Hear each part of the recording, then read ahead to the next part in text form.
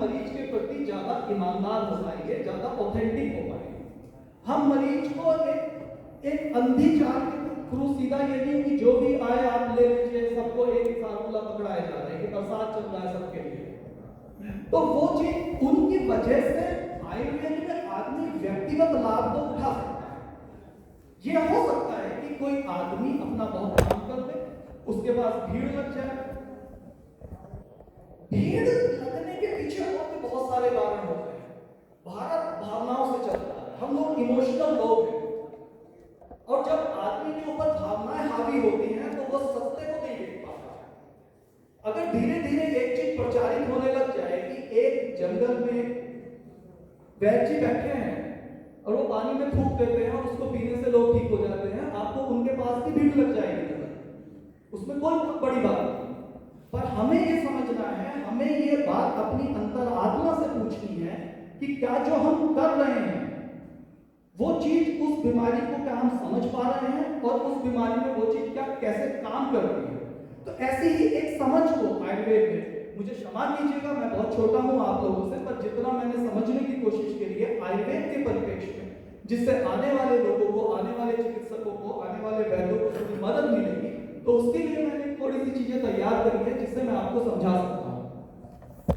आयुर्वेद में क्या मतलब है, ग्रंथि को या ट्यूमर को आयुर्वेद में हम कैसे समझें। तो ये है मॉडल ऑफ संप्राप्ति ऑफ ए ट्यूमर। संप्राप्ति का मतलब क्या होता है? संप्राप्ति, कोई बीमारी कैसे प्राप्त होती है शरीर में। आयुर्वेद में 6 स्थितियां होती हैं किसी बीमारी की: संचय, प्रकोप, प्रसव, स्थान संश्रय, व्याप्ति। इन 6 स्थितियों में बीमारी आती है। यानी कि कोई बीमारी जब तक प्रकट नहीं हुई है उससे पहले भी हमें पता चल सकती है, अगर हम दोषों के संचय को सही से समझ लें, दोषों के प्रकोप को सही से समझ लें, दोषों के प्रसार को सही से समझ लें, उनके स्थान संश्रय को सही से समझ लें, उनके व्यक्त होने को समझ लें और उनके अंदर फिर भेद को समझ लें। तो अब हम ये समझेंगे कि कैसे कोई चीज बनती है, क्योंकि मेरा यहाँ आने का उद्देश्य है सिर्फ तभी सफल हो पाता है जब हम कोई सार्थक बात कर पाए इस बात के बारे में। बाकी हम ये कर रहे हैं, हम इतने पेशेंट कर रहे हैं, वो सब कर रहे हैं, सब अपने फील्ड के राजा है, उसमें कोई दिक्कत नहीं। ठीक है, अब हम समझने की कोशिश करते हैं संप्राप्ति ऑफ ट्यूमर, क्योंकि ये ज्यादा महत्वपूर्ण चीज है जिससे आपको ये समझ में आएगा कि कोई वैद्य जब आपकी चिकित्सा कर रहा है तो क्या वो जानता भी है कुछ, जिस बीमारी का वो इलाज कर रहा है उसकी ABCD भी उसको पता है कि वो है क्या, जिसके लिए वो चिकित्सा कर रहा है, दवाई दे रहा है, क्या वो जानना है कि वो मेडिसिन काम कैसे कर रही है उसके ऊपर। एटलीस्ट हमें इतनी समझ जरूर होनी चाहिए बीमारी के बारे में। तो हमारे सामने निदान बोलते हैं कारण। तो आयुर्वेद में बहुत सिंपल टर्म दी गई है, इसको बोलते हैं, बहुत विद्वान लोग थे, उन्होंने कहा मिथ्या आहार विहार। मिथ्या वर्ड बड़ा मजेदार है। मिथ्या का मतलब होता है असम्यक, गलत तरीके से किया जाना। मिथ्या मतलब झूठ नहीं होता, जैसे कोई का संसार मिथ्या, इसका मतलब झूठ नहीं है, इसका मतलब ये कि जैसा है वैसा दिखाई नहीं देता, इसलिए मिथ्या है संसार, इसलिए माया है। ठीक है, तो हमारे लिए निदान में जब भी कोई ट्यूमर बनता है तो उसमें कफ का संचय होगा, ये बेसिक प्राइमरी रिक्वायरमेंट है ट्यूमर के।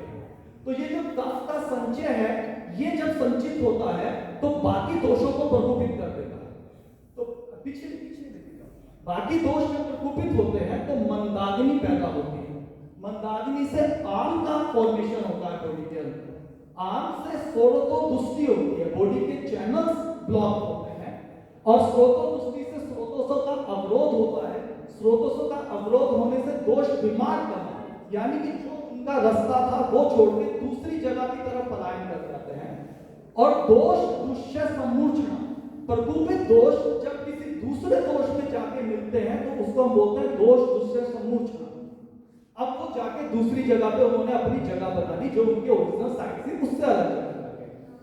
उसके बाद विशेषण और धातु का दुष्टीकरण होना शुरू होगा, यानी कि दोष हमारी 7 रस रक्त मांस में अस्थि मज्जा जिस धातु में जाएगा उस धातु को दूषित कर देगा।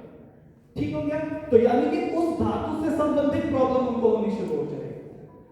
वहां पे पहली बार पूर्व रूप आने लगते हैं, बीमारी अपने हल्के हल्के लक्षण दिखाने लगते हैं। उसके बाद भी हम नहीं पकड़ पाते तो फिर वो रूप में बदल जाती है, उसके बाद उसके उपद्रव यानी कि कॉम्प्लिकेशंस पैदा होंगे, ठीक है ना। ग्रोथ एंड मेटास्टेसिस, जैसे आपने सुना होगा कैंसर दूसरी जगह पर फैलता है, ठीक है। तो उसके बाद और इसका एडवांसमेंट हो सकता है, जैसे जिसको आयुर्वेद में अत्यारोग बोलते हैं, निरारोग बोलते हैं, जैसे मैलिग्नेंट ट्यूमर जिसको बोलते हैं कि एक ट्यूमर बिनाइन से मैलिग्नेंट में भी कन्वर्ट हो सकता है। यानी कि ट्यूमर को मैं बेसिक लेवल पे आपको समझाने की कोशिश करता हूं कि हर आदमी ट्यूमर की सेल्स लेके घूम रहा है, कैंसर की सेल लेके घूम रहा है।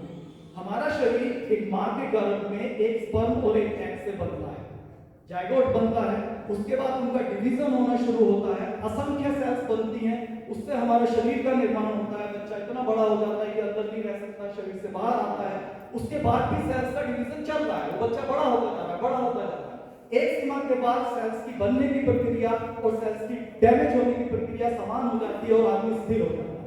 ऐसी प्रक्रिया में अगर किसी अंग में ये स्मृति चलती रहे और किसी पर्टिकुलर अंग में वो डिवीजन बराबर चलता रहे तो उस अंग में ट्यूमर पैदा हो जाए। यानी कि आप ओरिजिनली ये सब चीजें लेके चल रहे होते हैं, परंतु शरीर की सामने अवस्था जब विषम में पहुंच जाती है तब आपको ऐसी बीमारियां होती हैं। अब अगली स्लाइड में मैंने एक हल्का सा अंदाजा बताने की कोशिश करी है, जैसे हम सब लोग बात करते हैं कि आयुर्वेद के सभी दोषों में वात पित्त का, ठीक है। वात पित्त का तो हम समझेंगे अगर हम ये जानते हैं कि एक सेल के अंदर डिवीजन होता है जिसकी वजह से uncontrolled division, the very uncontrolled division of the cells is known as cancer. तो उसमें कैसे होता होगा, अब मैं वात पित्त कफ से एक सेल में कैसे समझाऊंगा, तो मैंने थोड़ा समझने की कोशिश करी है। एक सेल है, उस सेल की जो बाहर की सबसे आउटर लेयर है दैट इज सेल मेम्ब्रेन, और सेल के अंदर का जो साइटोप्लाज्म है और सेल के अंदर न्यूक्लियस है, ये तीन चीजें होती हैं। तो तीन चीजों में जो सबसे बाहर है सेल की दीवार है दैट इज कफ, साइटोप्लाज्म है अग्नि का स्थान है दैट इज पित्त, और न्यूक्लियस है जहां पे डिवीजन होता है दैट इज वात, क्योंकि वात के बिना कहीं डिवीजन हो ही नहीं सकता। वात प्रकोपित है तो डिवीजन है, वात प्रकोपित नहीं है तो डिवीजन नहीं है, ठीक हो गया। इसीलिए बहुत बार बेड जब मरीज फंसता है, मरीज तो समझ नहीं पाते क्या होता है, कॉम्प्लिकेशन जब होती है तो वात नियंत्रण से बाहर होता है। मान लीजिए मैं कोई ऐसी मेडिसिन दे रहा हूं जो मेडिसिन कफ का तो शमन कर रही है, परंतु साथ साथ तो वात का भी प्रकोप कर रही है, तो मुझे साथ साथ वो औषधि देनी पड़ेगी जो उस वात का शमन करे। इसीलिए अक्सर क्या होता है कि आप कैंसर का ट्रीटमेंट करते रहते हो, 4 मरीज उससे रिस्पॉन्स है, एक मरीज में उसी दवाई से कॉम्प्लिकेशन हो गई आपकी, अब वो समझ में नहीं आ रहा क्यों हो रहा है। तो ये बेसिक चीजों को हमें समझना होगा। आपको थोड़ी बात समझ में तो आ रही है, मैं और सरल करने की कोशिश करूंगा, ठीक है। तो ये जब हमारे सामने ये होती है तो कफ से क्या होता है कि हर एक सेल को खुराक चाहिए, वो खुराक कैसे पहुंचती है, ये जो मेम्ब्रेन है इससे अंदर जाने के चैनल्स होते हैं, रास्ते होते हैं। तो जब कफ प्रकोप होता है जैसे मैंने पहले कहा, तो ये चैनल ब्लॉक हो जाते हैं, ऑब्स्ट्रक्ट हो जाते हैं, कफ के बढ़ने से स्रोतों का अवरोध हो जाता है, उससे पित्त बढ़ता है और वात बढ़ता है। ये दोनों बढ़ के एंजाइम्स जो होते हैं, ऐसे समझिए जैसे मॉडर्न एंजाइम्स बनाते हैं, तो हमारे शरीर की जितनी अग्नियां तो ये एंजाइम्स है। इसी तरह सेल्स के डिवीजन में कुछ एंजाइम्स कारण होते हैं, तो हम ऐसा मान सकते हैं कि हमारी कुछ अग्नियां विषम हो गई हैं जिसकी वजह से सेल्स में डिवीजन हो सकता है। तो ये आयुर्वेदिक प्रोस्पेक्टिव से हम इसको समझने की कोशिश कर रहे हैं, और सेल्स का डिवीजन होता है और मल्टीपल सेल्स होती है और वो ट्यूमर में बन जाती है। एक चीज मैं और बता देता हूं आपको, मैं यहीं पे हरिद्वार में एक बहुत रिनाउंड भारत का बहुत पुराना आयुर्वेदिक कॉलेज है, Rishikul post graduate Ayurvedic medical college, मैं उसी का ग्रेजुएट हूँ, मैं यहीं पे पढ़ा हूँ। हमारे जो आदरणीय श्री सुनील जोशी जी जो आए थे वो गुरुकुल में प्रोफेसर थे, गुरुकुल के दूसरे डॉक्टर साहब थे डॉक्टर एस एन श्रीवास्तव, उनका मेरे ऊपर बहुत आशीर्वाद रहा है, और जब मैं उनके पास जाता था वो हमेशा मुझे 4 चीजें बोलते थे कि बेटा आयुर्वेद में 4 चीजों का ध्यान रखना है, दोष, अग्नियां, स्रोतस और धातु। कौन सा दोष प्रकोपित है, कौन सी अग्नि मंद है, कौन से स्रोतस का अवरोध है और कौन सी धातु को पोषित है। तो जब आपको चिकित्सा करनी हो तो दोष का शमन करना है, अग्नि को प्रदीप्त करना है, स्रोतों को खोलना है और धातुओं का पोषण करना है। ये 4 सिद्धांत में हर तरह की चिकित्सा आयुर्वेद में होती है। मेरा यह बताने का जो सबसे बड़ा उद्देश्य है कि विद द वेरी आयुर्वेद के बेसिक्स को नहीं पकड़ोगे तब तक फ्रॉड होते रहेंगे। मैंने कहा मरीज इमोशनल है, मरीज भावुक है, उसको बहुत अच्छी अच्छी बातों से बरगलाया जा सकता है। उसको मैं 100 हजारों मरीजों की फाइल दिखा सकता हूं, कोई फर्क नहीं पड़ता, वो बेचारा क्या करेगा। ठीक है, हमारे लिए जरूरी है कि उसको ये बात, मैं अपने आप से इतना ईमानदार जरूर हो जाऊं कि जब मैं उसकी चिकित्सा कर रहा हूं तो मुझे यह भरोसा हो कि मैं उसकी बीमारी को समझ पा रहा हूं और समझने के अकॉर्डिंग ट्रीटमेंट कर पा रहा हूं। उसमें असफलता होगी, सफलता होगी, वो ईश्वर का, पर अगर मैं समझ रहा हूं तो मैं उसको खराब तो नहीं करूंगा उससे, ये तो निश्चित हो जाए। ठीक है, आगे आपका कैंसर के टाइप्स देख लेते हैं। वैसे ये बहुत ज्यादा सुंदर भी सुनिए, सब इंफॉर्मेशन मिल जाती है, फिर भी more than 270 types of cancers है। कैंसर्स को हम कैसे समझते हैं, हर हमारी जो टाइप्स ऑफ सेल्स का डिवीजन है, types of tissues are involve, types of organs, इसके आधार पे हम लोग टाइप बताते हैं। जैसे आपने सुना होगा कार्सिनोमा या सार्कोमा, तो इसका मतलब क्या है, जितने भी एपिथेलियल सेल्स के कैंसर्स होते हैं, अब ये ज्यादा गहरा हो जाएगा, these are known as carcinomas. ठीक है, फिर हम आगे चलते हैं, इसमें हम स्क्वामस सेल्स बोल सकते हैं, बेसल सेल्स बोल सकते हैं, ग्लैंडुलर सेल्स बोलते हैं। सार्कोमास आर ये कनेक्टिव टिश्यू है, मतलब जैसे कि बहने वाला, जोड़ने वाला टिश्यू जितना भी होता है, that is connective tissues are known as sarcomas. फिर जब हम ब्रेन में जाते हैं तो ब्रेन के अलग सेल्स, जैसे ग्लायल सेल्स है तो ग्लायोमा हो जाएगा, एस्ट्रोसाइटोमा हो जाएगा, ओलिगोडेंड्रियोमा हो जाएगा, एंड सो। तो उनसे हमें फायदा क्या होता है ये चीज समझने से, क्योंकि सारा धातुओं का खेल है, तो हम ये पता लगा पाएंगे कि इस टाइप की सेल्स में कैंसर का डिवीजन कितना तेज होगा और इस टाइप की सेल्स में कैंसर का डिवीजन कितना स्लो होगा। तो हमें एक टाइम बाउंडेशन हमारे पास रहती है, जिससे कि हम प्रॉपर कैलकुलेटिव वे में पेशेंट को आगे फर्दर इंफॉर्मेशन दे सकते हैं। अब हम शास्त्रों पे आ जाते हैं कि शास्त्रों में हम अगर पूरा आयुर्वेद खंगाल लेते हैं तो किस किस जगह पे कौन कौन सी मेडिसिन का वर्णन किया गया है शास्त्रों में, जिससे कि हम आयुर्वेद का ट्रीटमेंट कर सकते हैं। तो मैंने इसको अलग अलग ग्रुप में बांट दिया। जैसे फॉर एग्जांपल मैं क्वाथ था, तो हमारे पास त्वरण क्वाथ अष्टांग का चैप्टर 13 में है, इसका यूज कर सकते हैं हम। वरुणादि क्वाथ है, पटोलादि क्वाथ है, गुगुल में कैशोर है, काचनार है, नवकाशिक है, पंचदिक है और सप्ताह गुगुल कर सकते हैं। आदिष्ट में खदिरादिष्ट का इस्तेमाल कर सकते हैं, घृत में करंजादि घृत, पंचदिक घृत, पंचदिक गुगुल घृत वगैरह। आगे चलेंगे। इसी तरह से लेप गुना में हरिद्रादि लेप दे सकते हैं, सतपण लेप दे सकते हैं, बाकी जितने भी हैं गुण है, रस भस्म है, इसमें हम बहुत लंबा समय नहीं खराब करेंगे, पर मैं आपको बताने की कोशिश कर रहा हूँ कि बहुत बार क्या होता है कि हम जब सुनते हैं किसी से तो हम बड़ी जल्दी प्रभावित हो जाते हैं। हमें लगता है कि ये तो बड़ा ज्ञानी है। जैसे अक्सर क्या होता है कि आप कहीं भी किसी सभा में चले जाए, जो आदमी आपके सामने 4 श्लोक बोल दे वो बड़ा ज्ञानी लगता है, आयुर्वेद में तो बहुत ही ज्ञानी लगता है। कोई धार्मिक सभा हो रही है, किसने गीता के 4 श्लोक सुना दिए तो वो हमें बड़ा परम ज्ञानी लगता है। और समझने वाली बात यह है कि क्या गीता को कंठस्थ कर लेने से ज्ञान हो जाता है? नहीं, कंठस्थ करना और ज्ञान होना ये दोनों बिल्कुल अलग बातें हैं। हर आदमी अपने घर में अपनी बगल में गीता रख के सोता है, पर फॉलो कितने करते हैं? हाँ, कंठस्थ करने से ऐसा भ्रम जरूर पैदा हो जाता है कि मैं ज्ञानी हूं और मैंने गीता पढ़ा है, और आता कुछ नहीं। जब तक वो चीज घटे ना, आयुर्वेद इंसान के अंदर घटता है। ये वेद ये रट के नहीं हो सकता, ये घट के हो सकता है। आयुर्वेद जीना पड़ता है, आयुर्वेद एक जिंदगी है, आयुर्वेद एक लाइफ स्टाइल है, सिर्फ मात्र किसी आदमी की बौद्धिक उपलब्धि नहीं है। आयुर्वेद सारा आत्म पुरुषों द्वारा लिखा गया है। तो आयुर्वेदिक वैद्य जब तक दार्शनिक नहीं होगा, आयुर्वेदिक वैद्य जब तक सत्य की खोज में नहीं होगा, आयुर्वेदिक वैद्य जब तक अपनी आत्मा को नहीं टटोलेगा, उसको जानने का प्रयास नहीं करेगा, उसको आयुर्वेद सिद्ध नहीं हो सकता। धर्म कमाना बिल्कुल अलग बात है, बिजनेस के अलग नियम होते हैं, अलग तरीके होते हैं, मैं उसकी बात नहीं कर रहा हूं। मैं सिर्फ बोल रहा हूं उसकी प्रामाणिकता के लिए और उसकी ऑथेंटिसिटी के लिए। ठीक है भैया, आगे चलो। अब मैं ये बताता हूँ कि फॉर एग्जाम्पल मैं ट्रीटमेंट कर रहा हूँ किसी मरीज का, क्योंकि ये आपके लिए सबसे जरूरी चीज है और ये अब तक इस सभा में इसकी चर्चा बहुत कम हुई है कि भाई मैं जब कर रहा हूँ तो मैं जब ट्रीटमेंट कर रहा हूँ तो क्या सोच रहा हूँ मरीज को, मैं कैसे इलाज कर रहा हूँ। तो ये मैंने लिखा है माई अप्रोच। तो मैंने क्या किया है, मैंने इसको 4 हिस्सों में बांट दिया है।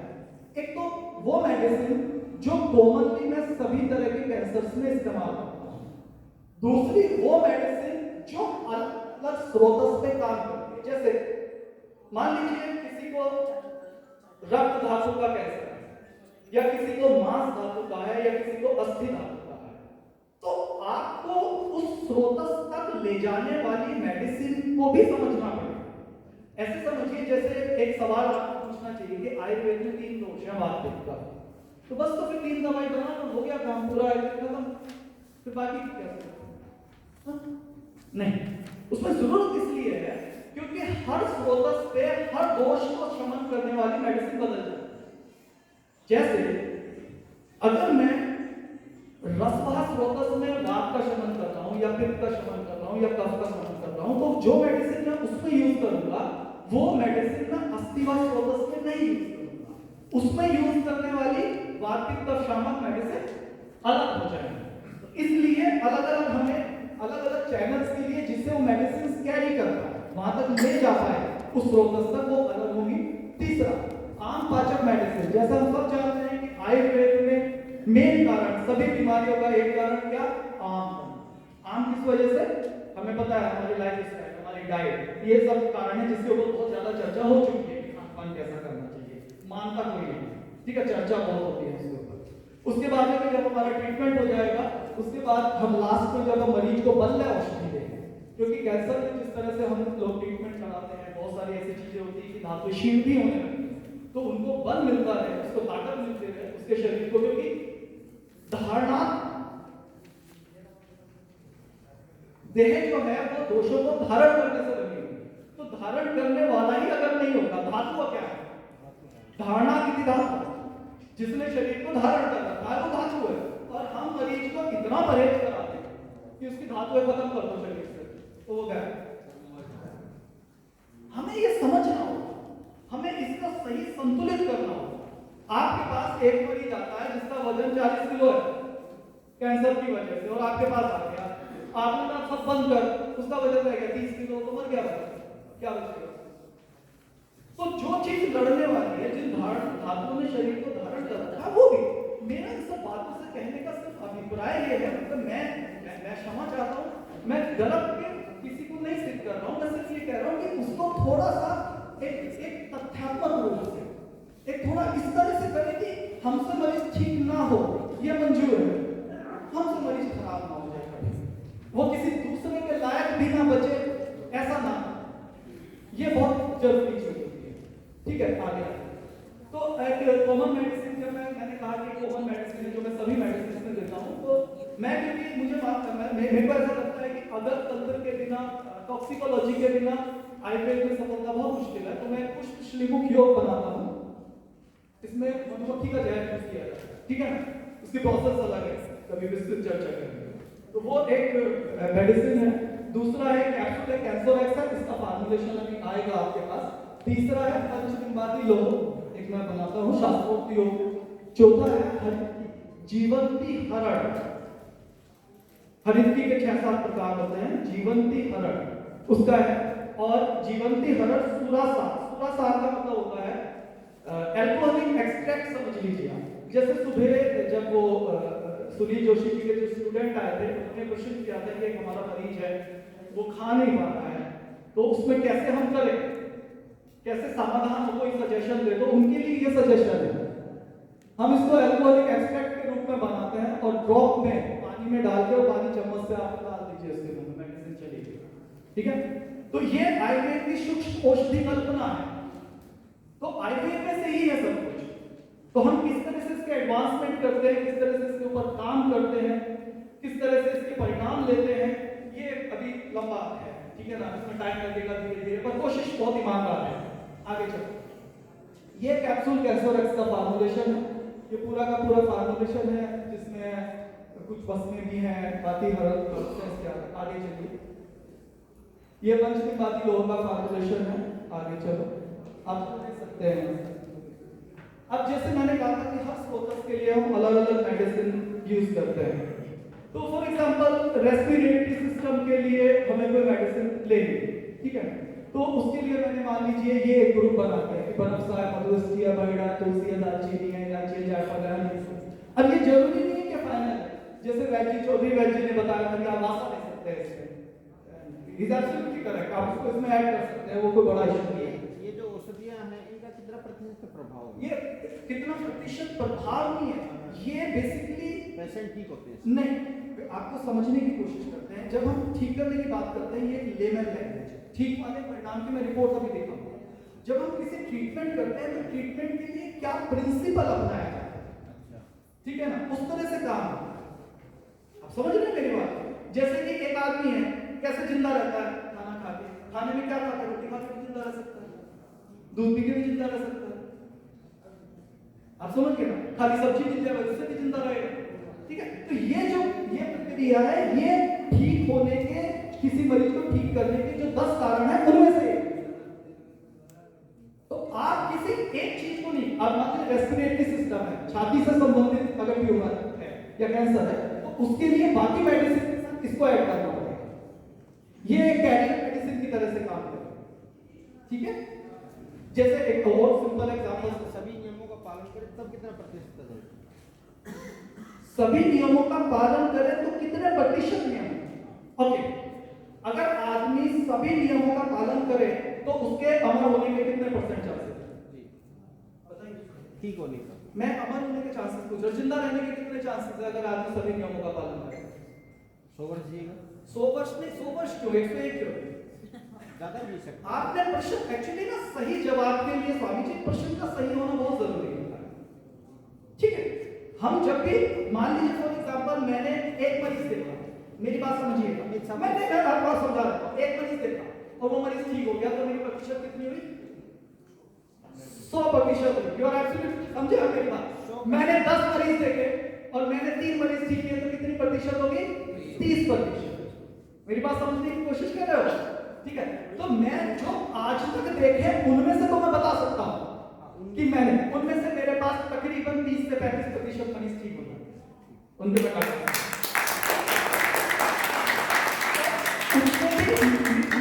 ऐसी स्थिति में आते मरीज की तो बहुत, ठीक है।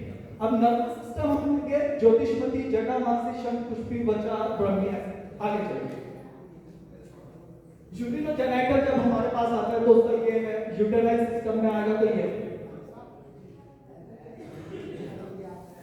एक्चुअली ये मैं इसलिए लिखा क्योंकि इससे पहले मैं एनआईए राष्ट्रीय जयपुर में एक एनआईए प्रैक्टिस वो तो हिंदी ना हो, ये हिंदी में ही लिखा है। अब वर्ड अल्फाबेटिकली इसलिए क्योंकि इसका पहले प्रेजेंटेशन जयपुर में हुआ, मैं क्षमा मांगता हूं आगे से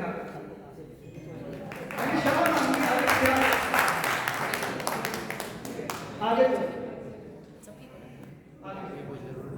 अलग-अलग कॉमन स्रोतों के लिए। अब कभी-कभी बहुत बार क्या होता है कि हम भी जटिलता में हो जाते हैं क्योंकि मेडिसिन हम क्लियर नहीं हो पाते कि किस कई स्रोतों में इन्वॉल्व होते हैं, कई सारे मेटास्टेसिस हो गया है, तो हम किस सिस्टम की मेडिसिन लेंगे। तो ऐसे में ही मैंने एक कॉमन मेडिसिन बनाया है जिसको मैंने कैंसर क्वाथ नाम दिया है, जिसको हम ये सारी चीजें उसके अंदर हम यूज करते हैं, जिसका आप लोग इस्तेमाल कीजिए। It is very effective formulation है, रक्त रोहितक है, कांचकार है, पुनर्नवा है, तुलसी पत्र, मधुयस्ती, शिगरू, पिपली, गिलोय, वरुण, अजवाइन और शिलाजीत का प्रक्षेप। इसके बाद क्या होता है कि जैसे मैंने आपसे शुरुआत में कहा था कि आयुर्वेद में कैंसर का अलग से कलर डिस्क्रिप्शन क्यों नहीं है, उसका एक सबसे प्रमुख कारण क्या है कि जैसे ज्वर को अगर आप देखोगे आयुर्वेद में, तो ज्वर में बहुत बड़ा डिस्क्रिप्शन है आयुर्वेद का, जबकि बुखार एक सिंपल सी चीज है, पर आयुर्वेद में आधी किताबें ज्वर के ऊपर है, क्योंकि ज्वर हर बीमारी का एक लक्षण है। और ज्वर में हम राजक्षमा को भी इंक्लूड कर ले जाते हैं, बड़ी बड़ी बीमारियों में ज्वर का उल्लेख है। तो ज्वर के लिए इतना डिस्क्रिप्शन क्यों है, मैंने समझा, तब मुझे पता चला कि जिस तरह से टीबी सारी शरीर के किसी भी अंग में हो सकती है, इसी तरह कैंसर किसी भी अंग में हो सकता है। और जब किसी भी अंग में कोई बीमारी होती है तो उसका बहुत अलग अलग डिस्क्रिप्शन करने की बजाय उसका एक ओवरऑल जो इम्पैक्ट पड़ता है बॉडी के अंदर, जो कैरेक्टरिस्टिक्स आते हैं उस पे ज्यादा फोकस करता है आयुर्वेद। तो आयुर्वेद में ज्वर के लिए एक मेडिसिन नहीं है, हर धातु में जब ज्वर होता है आम के पाचन के लिए अलग मेडिसिन है। तो जब हम रस धातु का करते हैं तो रस धातु को पाचन करने के लिए हमारे पास 3 मेडिसिन है जो संतप्त ज्वर में हम इस्तेमाल करते हैं। इसी तरह रक्त धातु में जब हम करते हैं तो ये वाला कॉन्सेप्ट है, मांस धातु में करते हैं तो ये है, तो इनके पाचक है जिससे कि आम का इस धातु के अंदर जो आम संचय है उसका पाचन हो सके। आगे चले, ये मेद धातु में और अस्थि मज्जा धातु में पचन कर दी गई है। आगे चले, इसके बाद जो बल्ले धातु है वो ये है, ये पूरा कॉम्पोजिशन है, इसको हम मरीज को दे देते हैं जब इलाज खत्म करते हैं। आगे चले, और अगर ट्यूमर बहुत स्टोरी हार्ड है तो मैं भल्लातक का भी प्रयोग करता हूँ।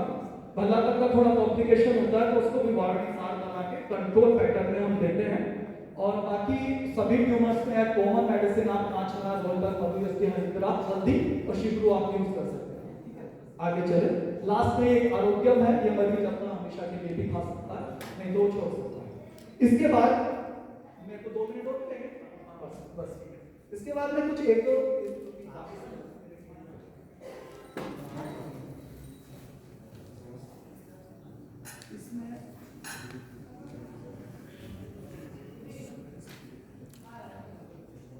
जैसे हम छोटे-छोटे केस, क्योंकि टाइम बहुत हो जाएगा, इसमें हम रिपोर्ट्स पे आ जाते हैं सीधे। ये एक पेशेंट है, इसको थोड़ा बड़ा कर दीजिएगा, सुखबीरी करके। ये मेरे अस्पताल की प्रिस्क्रिप्शन है, कल्याणी आयुर्वेद ऐसे करके। रेस्ट का था, आगे चलिए, इनको सब कीमोथेरेपी वगैरह बताया गया। ये रिपोर्ट है इनकी 18 की। ये सब लिखा हुआ है इसके अंदर, ठीक है ना, प्राइमरी नंबर। आगे चलिए, ठीक है ना, आगे चलिए, ठीक है। ये है metabolically active soft tissue lesion in radio alveolar lesion, ये इसका है। अगली वाली स्लाइड लेके आइए। हाँ, ये है, ये मेरा ही नाम है, डॉक्टर अरुण वर्मा। आगे चलिए इसकी रिपोर्ट में, आगे चलेंगे, आगे बस यहाँ रोक दीजिए। There is no definite scan evidence of metabolically active malignant disease in the right alveolar chest. कोई एविडेंस नहीं है, सारा का सारा वो मतलब कोई प्रॉब्लम नहीं है, सारा का सारा इंडिकेट हो चुका है। आगे चलेंगे, ऐसे और बहुत सारे केसेस हैं। और ये पैथोलॉजी की रिपोर्ट है, इसलिए मैंने सोचा कि इनको थोड़ा चीजों को थोड़ी ऑथेंटिक करनी चाहिए।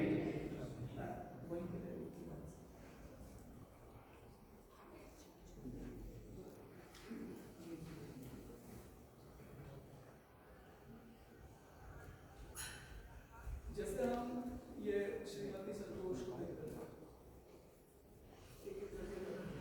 आगे पीछे लगी हो सकती है,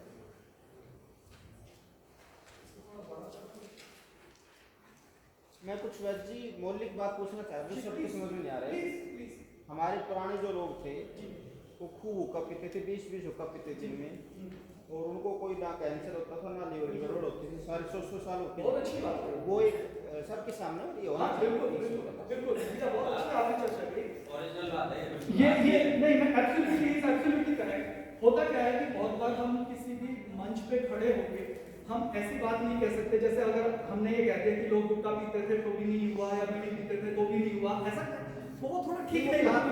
पर वो बात हमारे लिए ऑफ द प्लेटफॉर्म करना ज्यादा उचित रहेगा, क्योंकि मैं अगर यहाँ पे आके इस बात को एक बार भी समर्थन कर दूंगा कि नहीं ऐसा करने से कुछ नहीं होता, तो वो एक गलत संदेश जाता है। हमें हमेशा अपनी मर्यादाओं का ध्यान रखना है। ऐसा नहीं है, नहीं होता तो क्यों नहीं होता था। मेरी प्रार्थना है, क्रॉस क्वेश्चनिंग नहीं है इसमें। नहीं, कोई प्रॉब्लम नहीं है। मैं तो बता ही क्रॉस क्वेश्चन करेगा, मेरी जिंदगी में क्रॉस क्वेश्चन कर रही है। जो स्वामी जी ने पूछा ना, जी तो उसके पीछे क्या रीजन था, वो स्वामी जी दो तीन चीजें सबको पता है, सबको पता होना दो तीन चीजें हम लोग सबको पता होना चाहिए। हाँ बिल्कुल, हम लेके चलते हैं। इसके लिए हमें थोड़ा सा ये समझना पड़ता है, किसी भी इंसान के, जैसे एक छोटा सा उदाहरण ले लेते हैं, क्या आप इस बात से सहमत होंगे कि जो जानवर हैं जो जंगल में रहते हैं, जो हम लोग इंसान हैं, तो क्या जानवर हमारी तुलना में कम बीमार होते हैं? एग्री रहेंगे ना इस बात से? या बीमार नहीं होते? बिल्कुल सही, यू आर एब्सोल्युटली करेक्ट। क्यों नहीं? ना आपको तो जवाब वो सुना प्राकृतिक क्या बिल्कुल नहीं, उसके लिए प्रकृति की बात नहीं है, उसके लिए सबसे बड़ी चीज है कि उनके अंदर देह भाव नहीं, they are not body conscious. इंसान बॉडी कॉन्शियस है, पहली चीज। दूसरी चीज,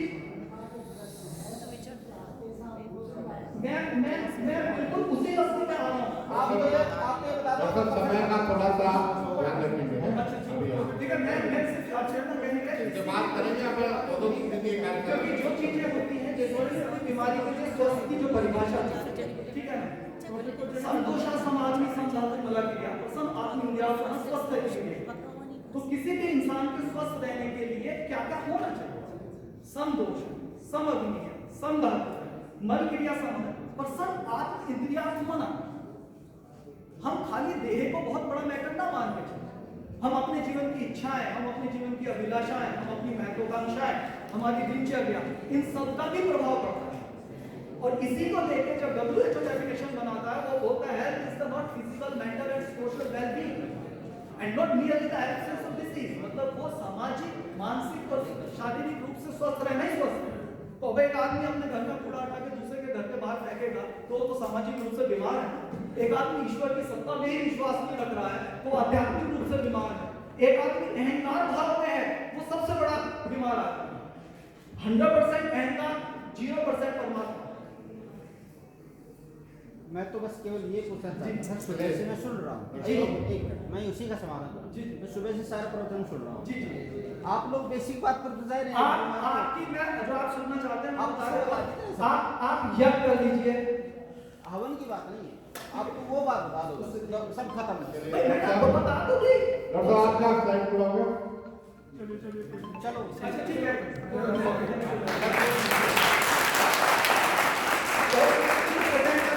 बाकी केस को भी प्रेजेंट कर दें। अब समय का थोड़ा सा अपन सुबह से ही एक मर्यादा में है। ठीक 9 बजे कार्यक्रम प्रारंभ हुआ था और अब हमने एक तय समय है कि 3 बजे तक चिकित्सकों का उसके बाद समापन। तो इसमें ज्यादा समय किसी को नहीं मिलेगा। अब तक जिन वैद्य चिकित्सकों ने अपने भाव रखे, बातें रखी, उनके ज्यादातर के डाटा जाके अब कुछ के डाटा लेट हो गए या पहुंचे नहीं या फोन नंबर नहीं थे। कुछ चिकित्सक जो अच्छा अपने कार्य कर रहे हैं अपने क्षेत्र में, बहुत अच्छा उनके लिए, लेकिन समय अभाव समझिए या उनके पास इस तरह की नीति नहीं थी। तो लेकिन हमें सभी को इसमें समायोजित करना है। इससे एक क्योंकि एक कुंभ है चिकित्सकों का, इसके अंदर हम सबकी सहभागिता हो। 5-5 मिनट के लिए समय का बिल्कुल ध्यान रखेंगे, मुझे नहीं कहना पड़े। मैं डॉक्टर एन.के. सोलंकी जी से अनुरोध करूंगा कि वो एक बना दें और 5 मिनट के लिए हो।